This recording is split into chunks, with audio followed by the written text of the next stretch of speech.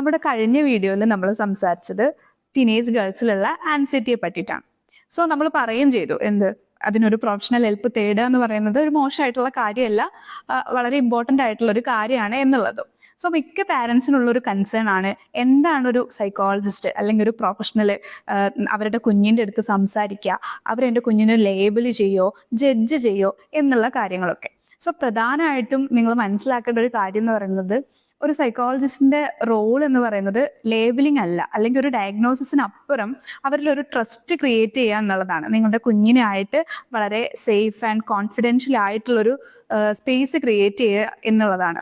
അവർക്ക് തുറന്ന് സംസാരിക്കാൻ, without any concerns or fear, അവർക്ക് തുറന്ന് സംസാരിക്കാൻ വേണ്ടിയിട്ട് ഒരു സ്പേസ് ക്രിയേറ്റ് ചെയ്യുക എന്നുള്ളതാണ് ഒരു സൈക്കോളജിസ്റ്റിന്റെ റോൾ എന്ന് പറയുന്നത്. സോ ഒരു ഇനീഷ്യൽ അസസ്മെന്റിൽ എന്തൊക്കെ കാര്യങ്ങൾ ഇൻക്ലൂഡഡ് ആയിട്ടുണ്ടാവും എന്നുള്ളത് നമുക്ക് നോക്കാം. പ്രധാനമായിട്ടും അവരുടെ ഇമോഷണൽ എക്സ്പീരിയൻസുകളും അതുപോലെ തന്നെ തോട്ട് പാറ്റേണുകളാണ് നമ്മൾ പ്രധാനമായിട്ടും അസസ് ചെയ്യുന്നത്.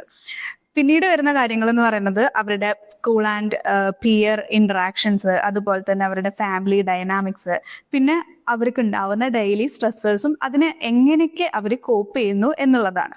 സോ ഈ ഒരു ഇനീഷ്യൽ അസസ്മെന്റ് സ്റ്റേജിൽ ചിലപ്പോൾ കുഞ്ഞ് ഒറ്റയ്ക്കായിരിക്കാം, ചിലപ്പോൾ പാരൻസും കൂടെ ഇൻവോൾവ് ആവുന്ന രീതിയിലായിരിക്കും നമ്മൾ കാര്യങ്ങൾ ചെയ്യുന്നുണ്ടായിരിക്കുക.